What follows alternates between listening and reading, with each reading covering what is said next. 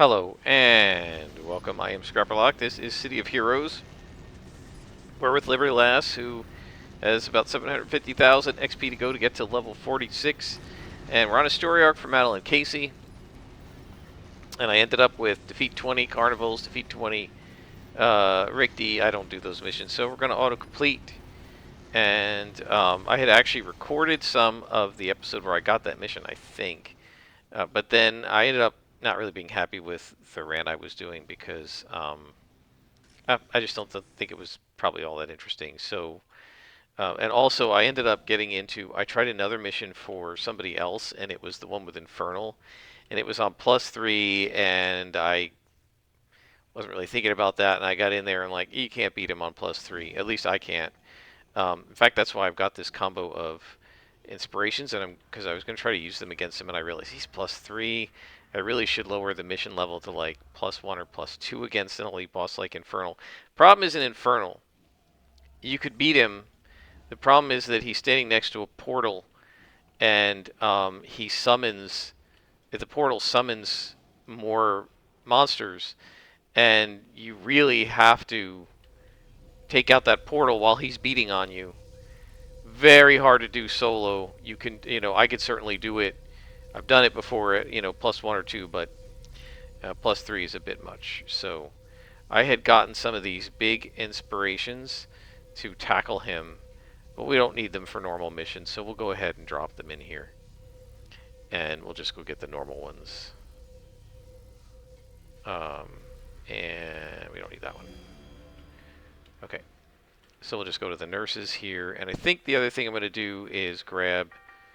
Whoops, no, I wasn't trying to sell, I was trying to buy. I was going to grab some extra yellows because, yeah, they're so hard to hit. Some of these, like carnies. So I haven't really had too many endurance issues, even though they're carnival. Let's do it like that. So I have 3 of each of the greens and blues and a couple extra yellows. And we'll try it that way. So we're going to go to Founders Falls and talk to Kadeo Kestrel, who's the one who gave us the mission to basically... So what's going on here is Madeline Casey has been kind of mind-controlled by the carnival by using a mask, and Kadeo Kestrel is trying to help her, and she doesn't like realize she's mind-controlled. And I'm not sure what stage of the story arc we're on because I haven't really been reading the mission text, but that's why we're going back to him and not going back to Madeline, because he's going to tell us, okay, Madeline's, kind of in trouble here because she's been having like blackouts and stuff. So, yeah, so I'm deeply shaken. The mask you found contains fragments of a human soul. I believe this is key to the carnival's shadows, the carnival's strange powers, and I'd tell you more if I could, but I can't. So we're going to talk to Madeline. And take Carnival Mask over to Penelope Inn. So now we're going to do a little bit of sort of fetch questing where we're, just going from NPC to NPC until Madeline, I think, ends up blacking out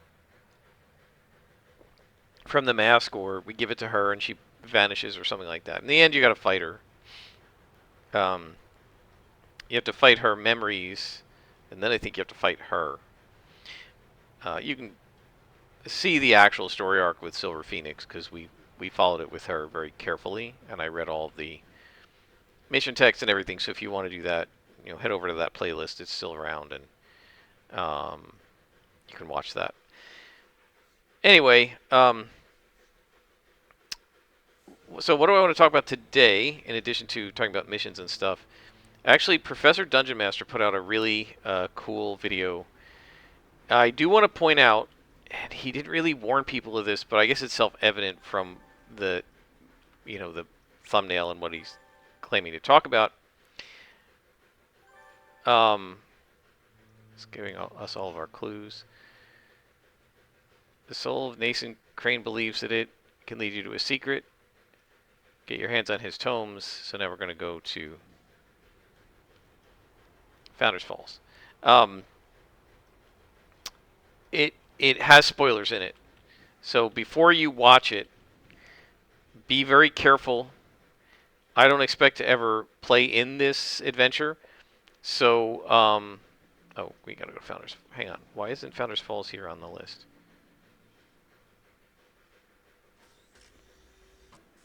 Oh, it is on the list. I had to scroll down. Okay. Um, I don't intend to play this adventure because it's a level 10 plus campaign. Although I don't know, maybe my best friend will want to run it. If so, I probably won't remember any of the details. But Dungeons and Dragons just put out a new hardbound, what they call adventure, what I would call a campaign, because it's multiple adventures, a bunch of different chapters, and each chapter is like a short adventure. And like, I was actually disappointed when he was talking about this, because I'm like, my gosh, this is like the types of adventures we used to make up when we were in 10th grade or high school or whatever, just so that we would have more crap to do. And so this is called, I don't know, it's the Hand of Vecna or something, but it's a campaign to go and ultimately fight and defeat the evil Vecna. And so it's for level 10 and up characters, and I guess you get from level 10 to level maybe 20 or 18, or I don't know how many levels you gain in the campaign. Certainly seemed to get into the teens, because he talked about one of the chapters being for what are approximately 13th to 14th level characters. And the title of his video is something like "Why It's Hard." This thing shows why it's hard to make and run high level D&D. And I want to say specifically D&D, because a lot of the things that make high level D&D hard don't actually apply to high powered champions or high ranked Savage Worlds and some other games. But they definitely apply to D&D, and I think they apply most specifically to explicitly level based games. And we have talked about this before. Why are none of my... Oh, I know what happened. Yeah. I'm stupid, and my character died, and yeah, I forgot to turn on all my toggles after she died. Who noticed that and was shouting at the screen, "Turn your toggles on, Scrapperlock"? So anyway, what he does is he goes through the book, and he's trying to explain what's good about it, what's not. He sort of does a review, but he explains why it's hard to run high-level D&D, and then, whether you even need to, right? And one of the things he talks about is how a lot of people want to have like what they think is an epic storyline, but do you really need to be high level to have an epic story? And how somebody back in the 80s, I think, in Dragon Magazine wrote up an article about how, based on the spells that he exhibits in either maybe The Hobbit or Lord of the Rings or both, Gandalf is like a 5th level wizard, right? You don't have to be 30th level to be Gandalf. Now, I don't know that Gandalf is 5th level, but the point is, you don't have to be 30th level. You only have to be 30th level when the whole rest of the world is 20th level, right? If everybody in the world, all the orcs and the hobbits and everybody, are 1st or 2nd level, then a 5th level character is pretty darn powerful, right? You only need a 10th level character if the other characters are 9th level, etc. So anyway, he goes through this review, and he talks about the reasons why it would be a hard adventure to run. And I think this dovetails with a previous episode where we were talking about how the Roll for Combat guys were asking, why are these epic adventures, why are the published adventures, why people complain that the published adventures are too hard to run, and that they're more work or as much work as if you just make it up yourself. And it's a great episode of Dungeon Craft to watch, because Professor Dungeon Master goes through the experience of showing you why these are too much work.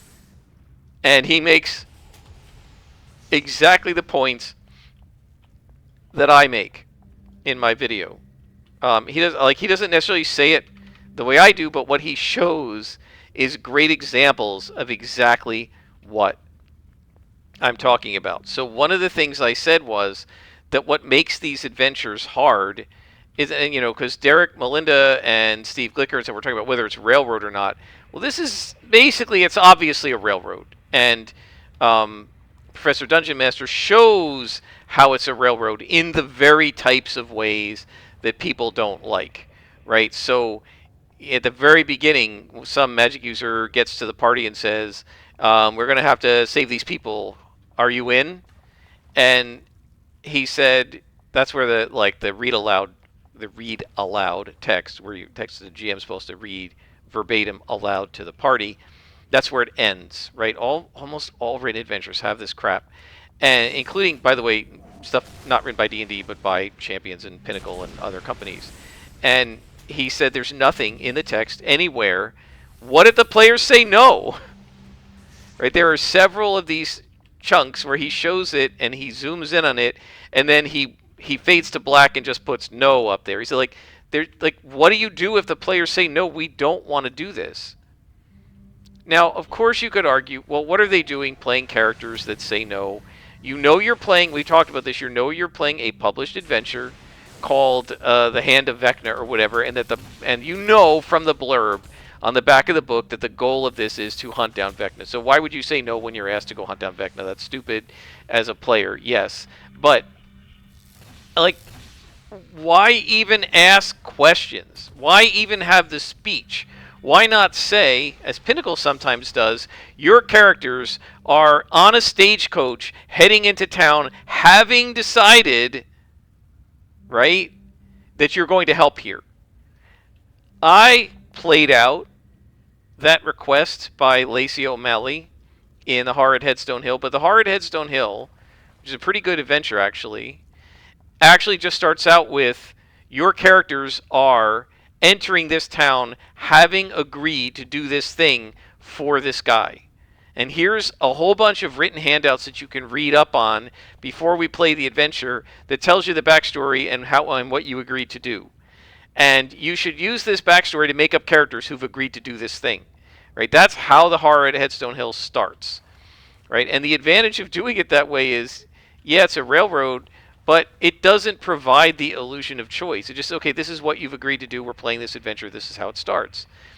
So they have this read aloud text that's pointless, that gives the characters choices that don't actually matter, because you can't say no, or we have to close the book and go play something else. And the quest then, and this is what reminded me of the silly little quests, and I'm like, he said, the individual adventures are cool, but I'm like, so there's an overquest, right? Which is kind of like the story arc. And then the individual quests are like the missions we're doing, right? The overquest, the story arc, is horrible. It's collect 7 things. You're not powerful enough to fight Vecna, so you have to go and collect 7 magic items that are parts, like 7 parts of a magic item, and when you put it all together, you're powerful enough to fight him. And I'm like, you're professional game designers and you came up with this? That's a really old sort of, that is a very old trope. And, you're making an epic quest for 10th level and above characters, and this is what you came up with, the kind of adventures we used to make up when we were 11. I don't know, I thought it was pretty pathetic. So apparently some of the individual chapters, even individual adventures, to get these 7 items, you go on 7 adventures. My guess is you gain a level with each item in your 17th or 18th level by the time you finish. That's a guess. He didn't actually say that, so I don't know for sure. But it's logical, right? That you probably gain enough XP to gain about a level per item. It makes sense at a level 10 plus adventure, and then you're level 18 by the time you go after Vecna, and maybe defeating him gets you to level 20.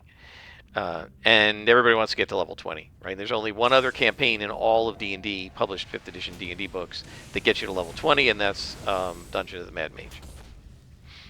So there are these 7 different adventures, and apparently of the 7, 3 or 4 of them are very good, and the other half aren't so good. And they have some good maps and maybe player handouts and stuff. And Professor Dungeon Master said, that stuff was all fine. But remember, one of the things we said is, it's very railroady, and he showed us that. The other thing that I said is that, and this is one of the problems, is that it's disorganized. And he actually flipped through the book, and he showed that there's all this, like, really dense lore, chapters of dense lore at the beginning of the book. And he said that most of it's never going, as I would say, most of it's not ever going to be player-facing. It's telling you all this lore as a GM. Right? But how are you going to, keep all of that in your head? This is like 20 pages of stuff. What GM is going to remember all that? And again, as I always say, I don't need large paragraphs of stuff. I need bullet points. That you can't learn from the large paragraphs like that. Yes, you can read books and make outlines and so on and so forth in school. But as a game master, is it really necessary for me to study this thing like I'm taking organic chemistry? This is D&D. Why can't you just bullet list the important stuff? Now, I'm not going to argue. Well, we got a boss here, so I'm not going to argue that the players shouldn't the book shouldn't provide any of this information at all, right? What I'm arguing is that the book should provide bulleted lists. Wow, I am getting pounded. No matter how many inspirations I put on. Oh, that's because I'm having my defenses debuffed. Yeah, I might get beat here.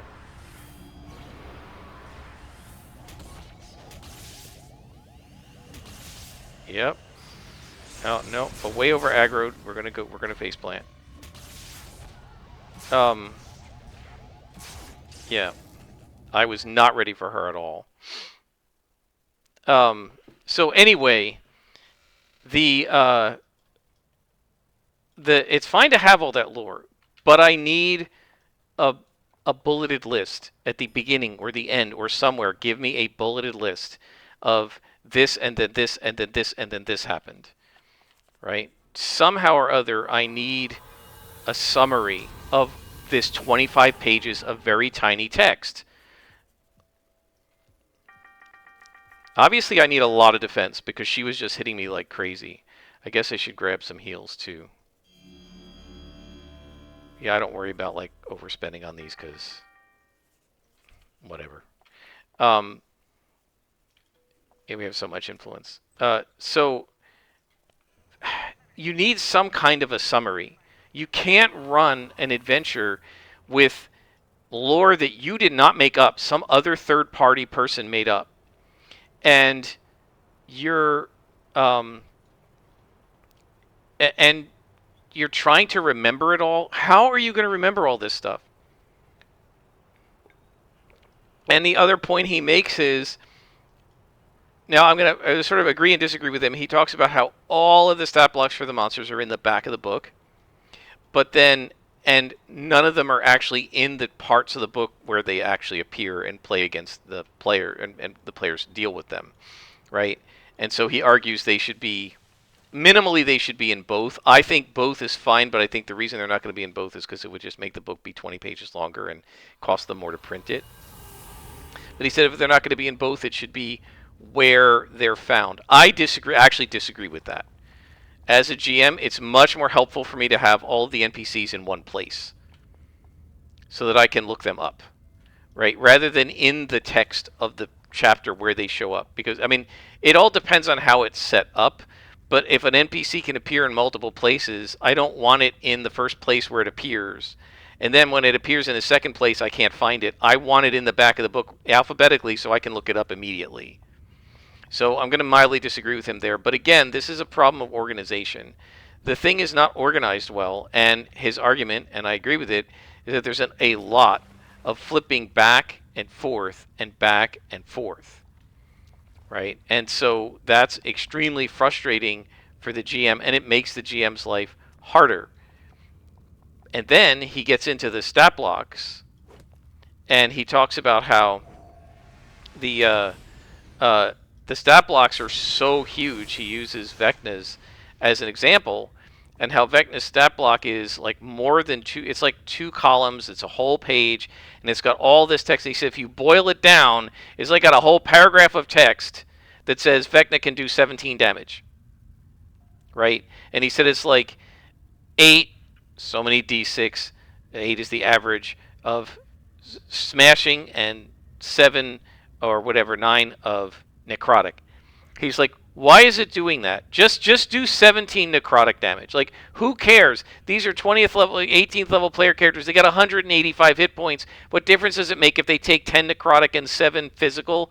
or 17 necrotic or 17. Who cares, right? It's not worth doing that kind of record keeping and having a whole paragraph to say it does 17 damage, right? And then it's got a reaction, and it's got a whole paragraph that says that he has basically, it's sort of like a counter spell, that he can counter magical spells. If the spell is below a certain level, it's automatic. If it's above a certain level, it's like the DC is 10 plus the spell level, right?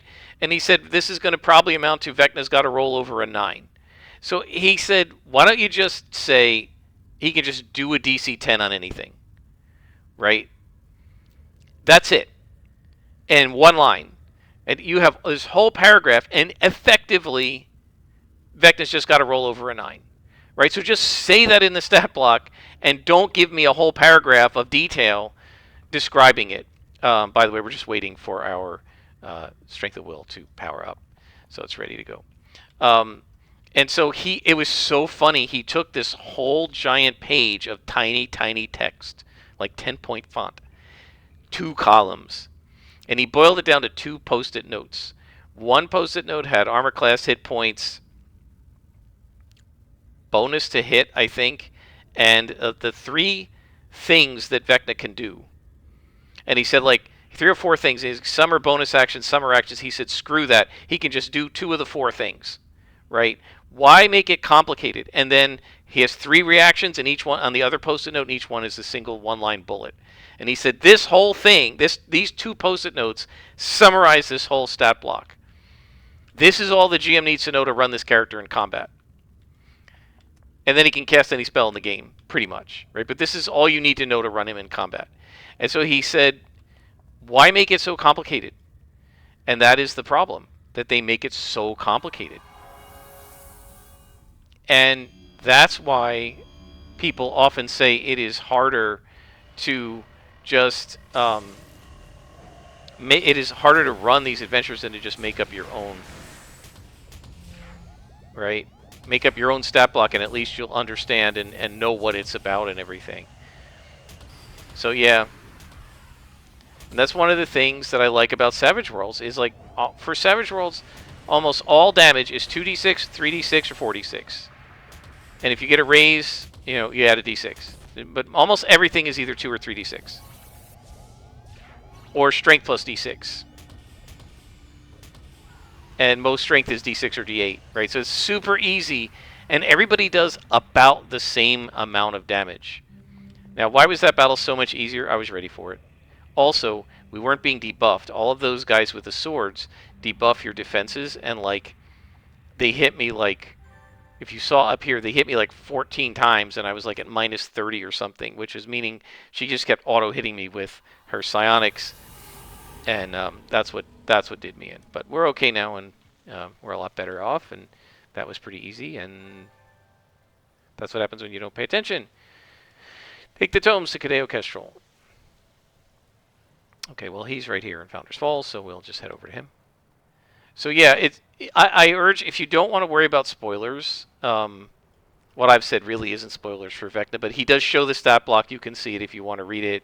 I didn't really read it, but he made a couple of really good points. One, that it's a railroad in an annoying and ridiculous way, right? 2, that it's disorganized, and he shows you how. And 3, that it's overly complicated, and they have long blocks of text when they really need bulleted lists so the GM can actually run things.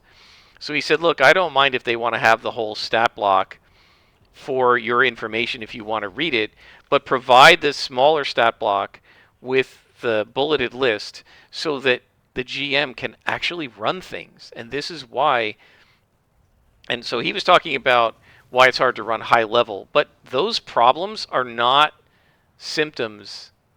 Oh, we gotta talk to him again. Those problems are not symptoms of a high level adventure.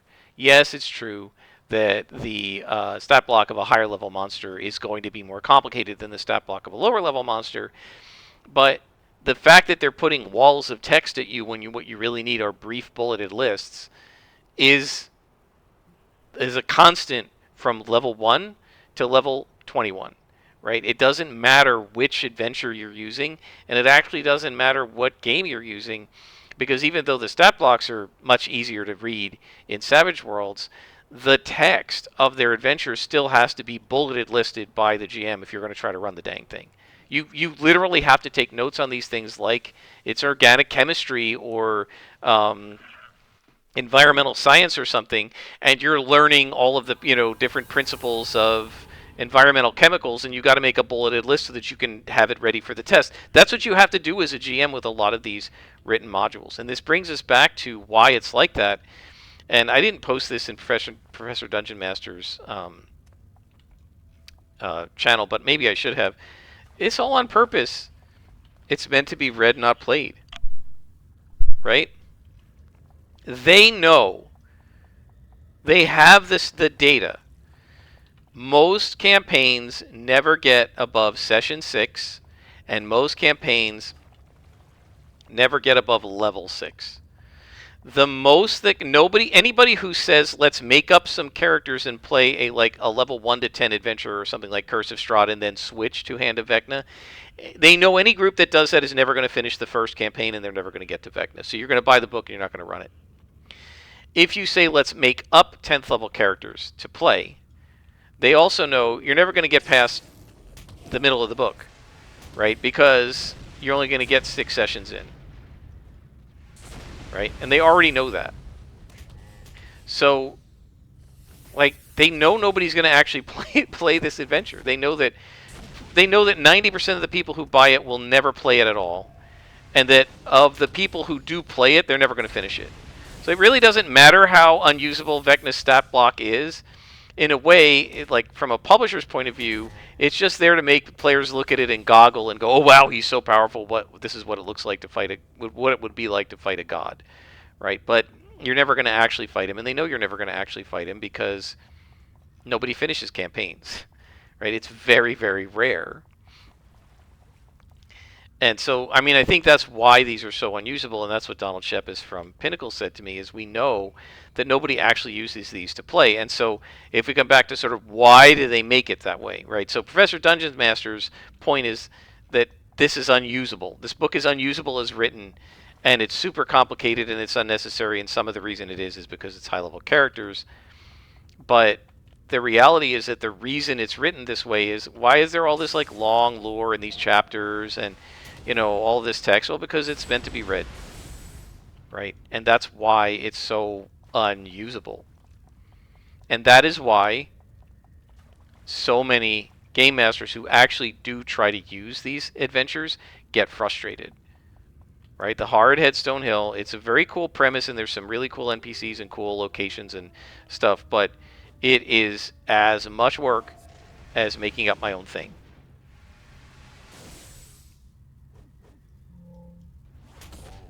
Okay, let's go ahead and throw on some accuracy since we keep whiffing. Yeah, Devouring Earth are a pain in the neck at +3. And so this is why, yes, this is a challenge. We've actually face-planted a couple times at +3, and so that makes it a harder challenge, but the constant missing is so annoying. And the main problem with the constant missing is that it just makes the mission take 15 or 20% longer to no purpose most of the time. Yes, the one purpose is it's a little more challenging, but mostly what's happening is it's just taking longer, right? Because it's unless I'm fighting a boss with 2 spawns of minions like I did in that last cave, a single boss with a minion has no chance against me. The only chance it has against me with +3, not with +2, the only chance it has against me is if I accidentally over aggro, I'm not watching carefully, I'm too busy talking and ranting. And if I were playing this thing without talking to you guys, I wouldn't face plan at all because I'd be undivided attention on the game, right? The only reason I ever face plan with talking to you guys usually is just that I'm not paying attention. Now we got a cairn.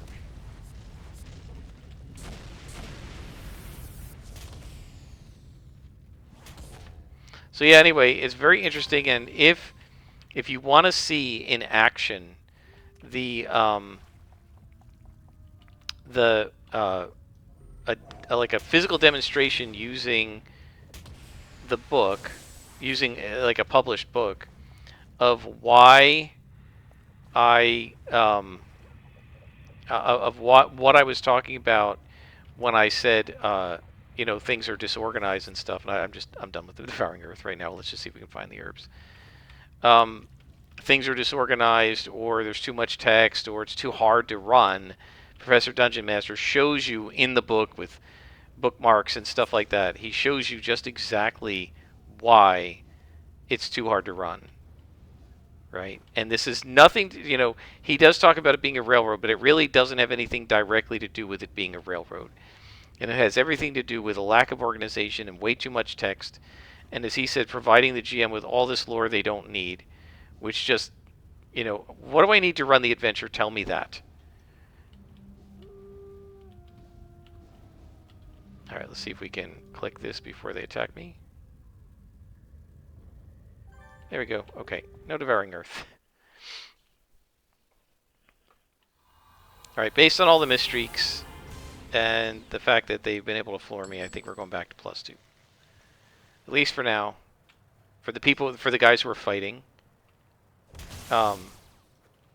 Because the Carnival have some super ability that makes them unhittable, and the Devouring Earth also can be very hard to hit.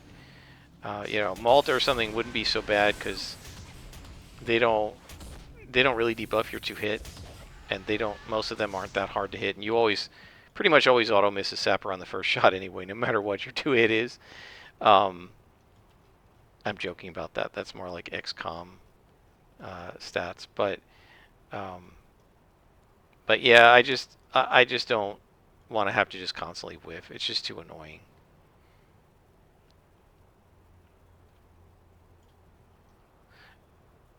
So when you're dealing with enemies that already make it harder to hit, where you're already down to like 50-50, 60%, which gives you misstreaks badly enough, and then you're at -30 to that because they're +3 to you, yeah, it's just not enjoyable. So we're going back to +2.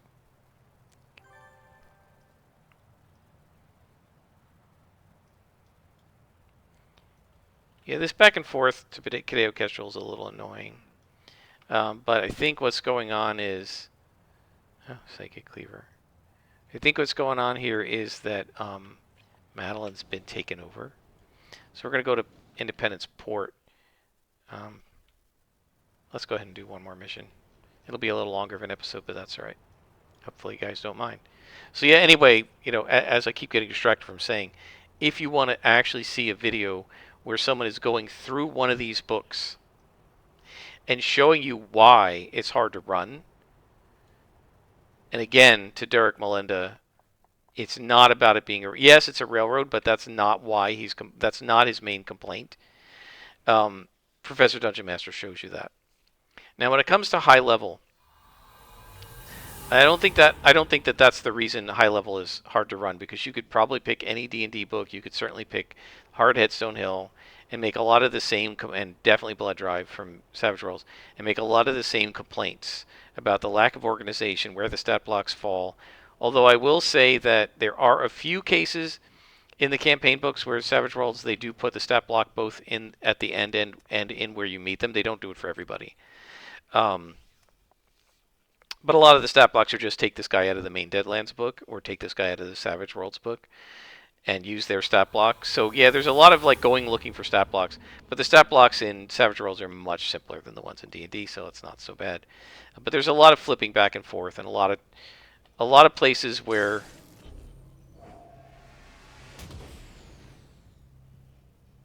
why is she 46? There are a lot of places where you do have to flip back and forth, but it shows you that that happens. That's like for any published adventure. So then the question becomes, well, why is high level harder to run? And I think the main reason is just that because in D&D, the way things become high level is to get a lot more hit points. And so you can stand there and take more hits. And the battle becomes, and Professor Dungeon Master says this, the battle becomes a slog. Right? And I think that this is where other games have an advantage. Because, for instance, in Savage Worlds, you can never take more than 3 wounds before you get face planted. Right? Okay, I wanted to go down to +2. I did not want to go down to +0. What's going on?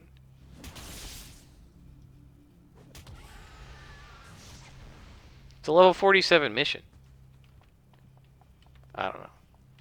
Now she's 47, so I don't know what's going on. So let's try the Psychic Cleaver. So what makes it harder to run is that the players can do more things, right? And so they can do many more things on a round. They can't actually take more actions in a round generally, but they have a lot more options in a round, which means they have more to think about, right? So what happens as you gain power is the character becomes more, it's like this, right? When we started out, I had 1 attack and 1 toggle or 1 passive, and that was it. Now we have 3 trays filled up of things I have to think about. Now in a video game, you just have to get faster because the attacks come at the speed they come, right? But at tabletop, you sometimes have to sit there and dig through the book to figure out how something works, right? Because you've never done it before. And there are so many more abilities and so many more things your character can do as you level up. The number of permutations of things that could happen, that could trigger something else that could happen, that could trigger something else, it just becomes astronomical, and it takes longer and longer to get through each round because there's so much more that your character, that you have to think about as a player before deciding what your character is going to do. And you can say all you want, well, as many GMs have, well, players should, you know, if you're going second in the round, while Johnny is going first, you should be thinking about what you're going to do. But the problem with that is that if you're, you know, later in the round, things that happen before you go will negate what you wanted to do. I had this happen to me, and it wasn't high level, it was 4th level. Right? And I was like, okay, here's what I know what my character wants. I want my character to do, right? She's going to teleport over here, she Misty Step over here and attack this guy, right? And that's what I'm planning. And the first player character to go is pulls out a bow and shoots the character I was going to attack. Okay. Not going to Misty Step over there. I'll Misty Step over to this guy. Well, that guy then moves over here. He's out of range of my Misty Step, right? Because he goes before me. All right. So now I have to think of a new plan. All right. So instead, what I'm going to do is I'm going to cast Magic Missile at that guy who just moved out of my Misty Step range. I can still attack him, right? The next player character goes and kills him. Okay. Then in the middle of the then all of a sudden the GM says, before my turn, there's a growl and 2 more wights jump out of the barrow behind you. Okay, now Scrapper, it's your turn. How was I going to plan for that? Right? I had 2 or 3 different plans from the beginning, from the last time I went.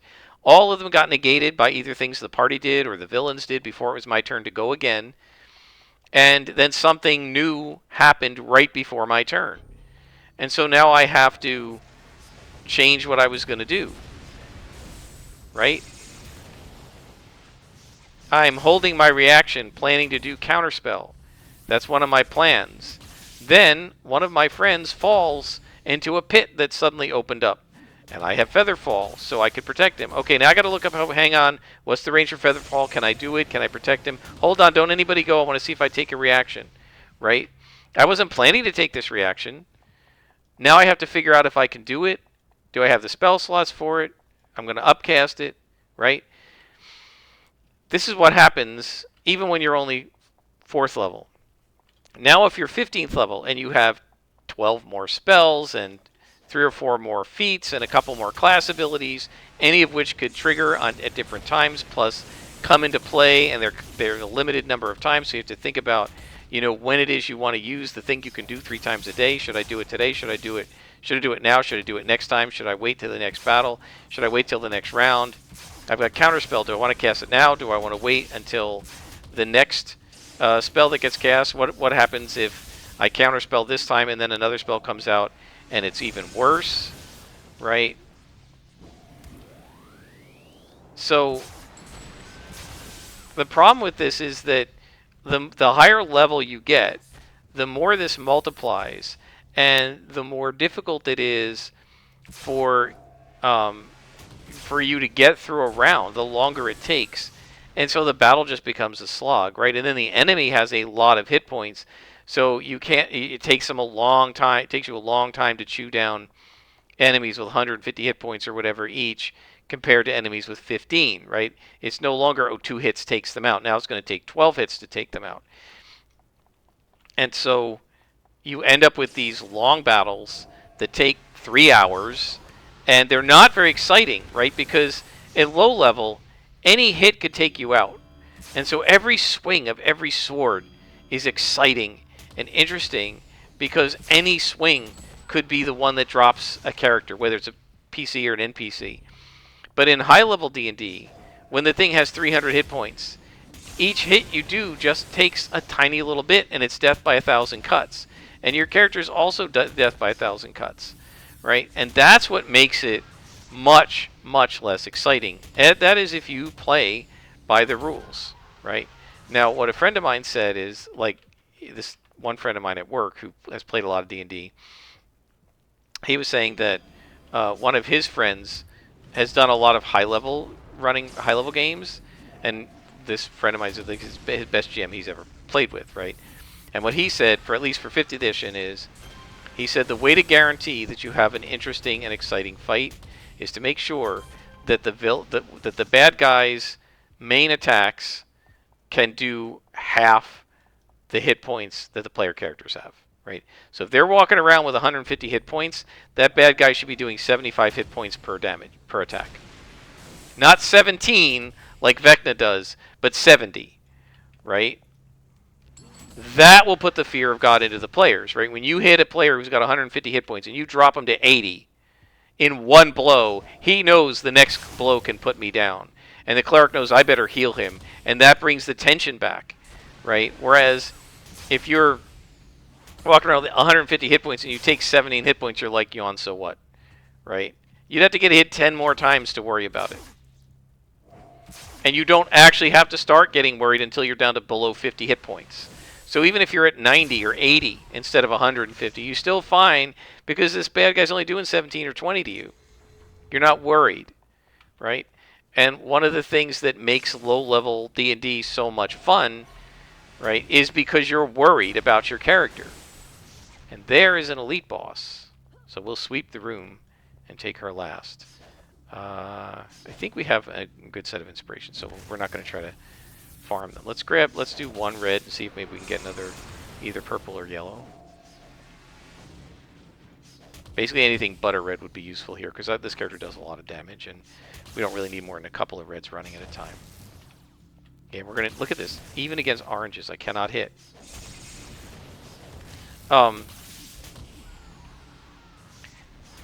So yeah,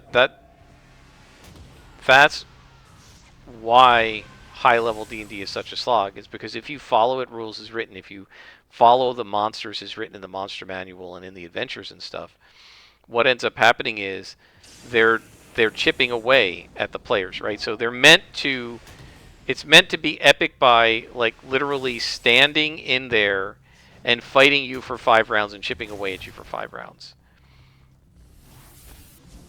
Right? Where it's much more exciting as a player to play 3 rounds where you could actually die in a hit or 2. Look at this. I just cannot hit these guys. It's ridiculous that this character is built specifically around accuracy and has extra accuracy on all of her attacks beyond the normal. And I literally cannot hit. I am struggling to hit. That is ridiculous. Even against +1s and +2s. Right? All those accuracies should easily be able to offset the bonuses, but I'm still only got 33% to hit. And this is the only thing that makes it even challenging at all. But One of the problems is it's no fun to miss. Alright, here we go. Let's take the minion first, just get it out of there. Let's see if we can do anything to her with the psychic thing. Oh, that hurt her. But let's just do our regular attacks, because we might disorient her. Probably not, she's an elite boss.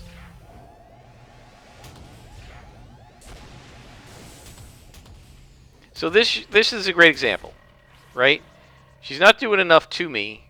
I'm not doing enough to her. This is actually not a more exciting fight than it would be to fight like a regular boss. It just takes longer, right? You see how little damage we're doing? So this is a perfect illustration of what I'm saying. So the Madam of Mystery, if it's a PvP and she's a player, she doesn't have to worry about any of my individual hits, because no individual hit does very much damage to her, right? And she's not hitting me, right? So basically this is a slog, where we're just slogging it out against each other, and this battle is going to take 3 or 4 times as long as it took to fight the regular boss instead of an elite boss. But ask yourself, is it any more exciting? No.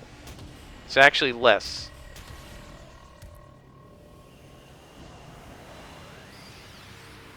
Right, now she heals herself, right? So this is just, okay, we're just going to make this fight take a minute and a half instead of 15 seconds.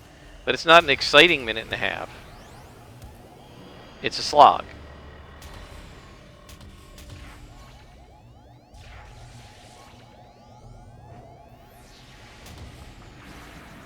Yeah, she's killing my endurance.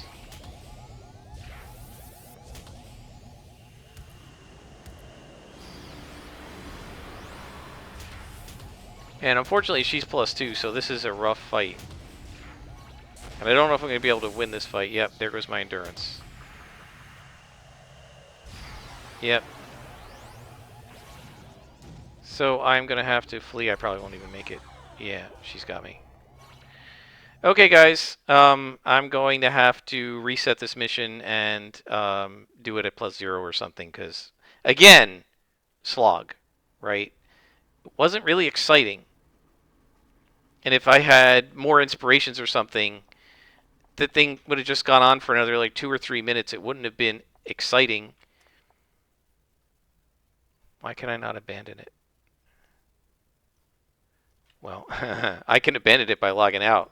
City of Heroes. All right, so we're going to stop here, and I will, next time when I bring you back, it'll just be lower level, and yeah, obviously I can't beat her at +2 like that, so we'll try it at +1, and then we'll go back to +2 after we're no longer fighting the carnival. Till next time, I am Scrapperlock, and this has been City of Heroes.